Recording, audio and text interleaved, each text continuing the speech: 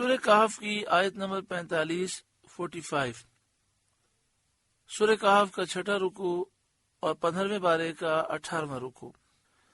اللہ رب العالمین نے ارشاد فرمایا وَاضْرِبْ لَهُمْ مَثَلَ الْحَيَاةِ الدُّنْيَا، اور آپ ان کے سامنے دنیا کی زندگی کی مثال بیان کریں کہ دنیا کی زندگی کی حالت ایسی ہے كَمَاءٍ أَنزَلْنَاهُ مِنَ السَّمَاءِ، جیسے ایک پانی ہم نے آسمان سے اتارا، فَاخْتَلَطَ بِهِ نَبَاتُ الْأَرْضِ، تو اس کے سبب زمین کا سبزہ گھنا ہو کر نکلا، زمین تر و تازہ ہوئی، پھر فَأَصْبَحَ هَشِيمًا، کہ سوکھی گھاس ہو گیا، تَذْرُوهُ الرِّيَاحُ، جسے ہوائیں اڑائیں، یعنی پھر وہ سبزہ خشک ہو گیا، پھر منتشر ہو گیا، ہوا انہیں اڑا رہی ہے۔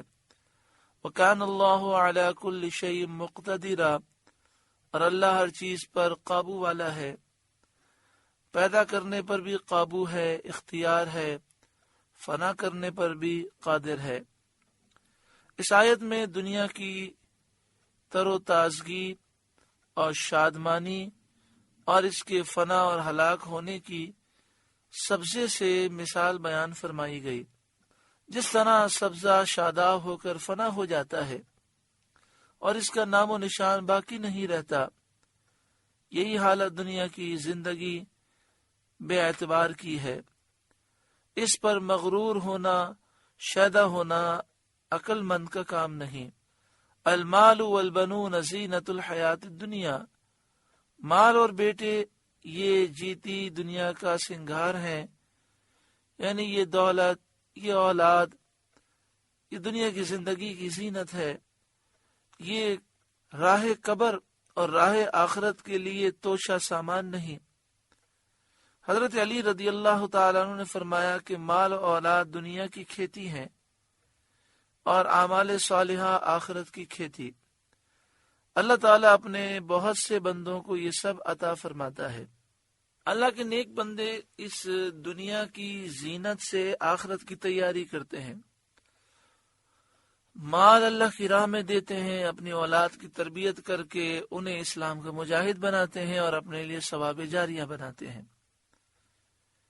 والباقیات الصالحات خیر عند ربک ثوابا وخیر عملا، اور باقی رہنے والی اچھی باتیں، ان کا ثواب تمہارے رب کے یہاں بہتر اور وہ امید میں سب سے بھلی۔ یعنی جو باقیات الصالحات ہیں ان کا ثواب رب کے یہاں بہت بہتر ہے اور اس میں سب سے زیادہ امید پائی جاتی ہے کہ اللہ راضی ہوگا۔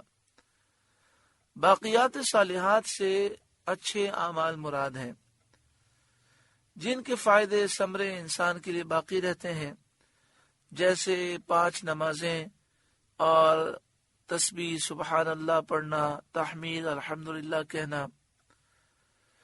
حدیث شریف میں ہے سید عالم صلی اللہ علیہ وآلہ وسلم نے باقیات صالحات کی کثرت کا حکم فرمایا۔ صحابہ نے عرض کیا کہ وہ کیا ہے؟ اللہ کرے ہم اس حدیث پاک پر عمل کریں اور اس کی کثرت کریں۔ تو آپ نے فرمایا اللہ اکبر، لا الہ الا اللہ، سبحان اللہ، والحمد للہ، ولا حول ولا قوة الا باللہ پڑھنا۔ اگر یہ ترتیب یاد نہ ہو تو تیسرا کلمہ تو یاد ہے، اس کو پڑھ لیں تو یہ سارے کلمات ادا ہو جاتے ہیں۔ سبحان اللہ والحمد للہ ولا الہ الا اللہ واللہ اکبر ولا حول ولا قوة الا باللہ العلی العظیم۔ تو یہ بھی باقیات صالحات ہیں اور دیگر نیک اعمال بھی۔ وَيَوْمَ نُسَيِّرُ الْجِبَالَ، اور جس دن ہم پہاڑوں کو چلائیں گے کہ اپنی جگہ سے پہاڑ اکھڑ جائیں گے اور بادل کی طرح وہ چلنے لگیں گے، روانہ ہو جائیں گے۔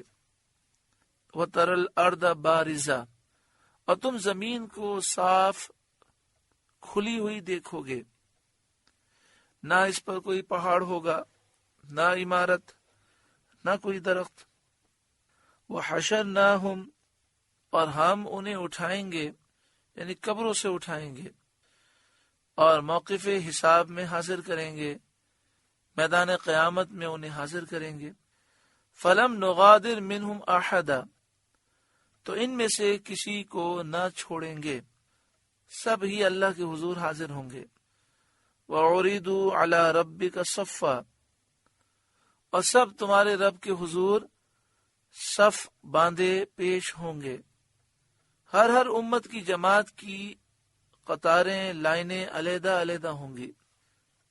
اللہ تعالیٰ ان سے فرمائے گا لَقَدْ جِئْتُمُونَا كَمَا خَلَقْنَاكُمْ أَوَّلَ مَرَّةٍ، بے شک تم ہمارے پاس ویسے ہی آئے جیسا ہم نے تمہیں پہلی بار بنایا تھا، یعنی جس طرح تم پہلی دفعہ دنیا میں آئے تھے تو زندہ تھے، تمہارا جسم برہنہ ننگا تھا، تمہارے پاؤں برہنہ تھے، پاؤں میں چپل نہیں تھے، تمہارے پاس جب تم ماں کے پیٹ سے دنیا میں آئے تو نہ تمہارے ہاتھ میں مال تھا، نہ سونا تھا، نہ زر تھا، تو ایسے ہی تم آج قیامت کے میدان میں زندہ، برہنہ تن، برہنہ پا، بے زر و مال ہو۔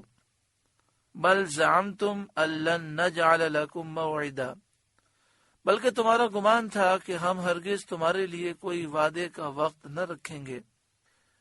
جو وعدہ کہ ہم نے انبیاء کی زبان پر فرمایا تھا، یہ ان سے فرمایا جائے گا جو لوگ مرنے کے بعد زندہ کیے جانے اور قیامت قائم ہونے کے منکر تھے۔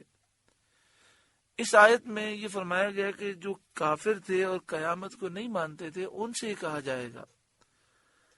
اسی کے تحت بعض مفسرین یہ فرماتے ہیں کہ جو اللہ کے نیک بندے ہوں گے وہ برہنہ نہیں ہوں گے، لیکن جو کافر ہوں گے جن سے اللہ ناراض ہوگا انہیں کل بروز قیامت اٹھایا جائے گا تو ان کی بدن پر لباس نہیں ہوگا۔ واللہ اعلم بالصواب۔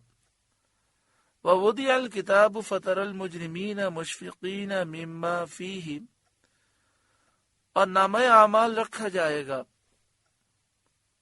تو تم مجرموں کو دیکھو گے کہ اس کے لکھے سے ڈرتے ہوں گے۔ ہر شخص کا نامہ اعمال اس کے ہاتھ میں ہوگا، مومن کا سیدھے ہاتھ میں، کافر کا الٹے ہاتھ میں، اور جو مجرم ہوں گے وہ ڈر رہے ہوں گے جو نامہ اعمال میں لکھا ہوگا اس کی وجہ سے۔ وَيَقُولُونَ، اور وہ کہیں گے، یعنی مجرم اپنے گناہ لکھا دیکھ کر کہیں گے یا ویلتنا ما لہذا الکتاب، ہائے خرابی ہماری، اس نامہ اعمال کو کیا ہوا، لا یغادر صغیرۃ ولا کبیرۃ الا احصاها، نہ اس نے کوئی چھوٹا گناہ چھوڑا نہ بڑا جسے گھیر نہ لیا ہو، یعنی ہر گناہ لکھ دیا، ہر گناہ اس میں لکھا ہوا ہے۔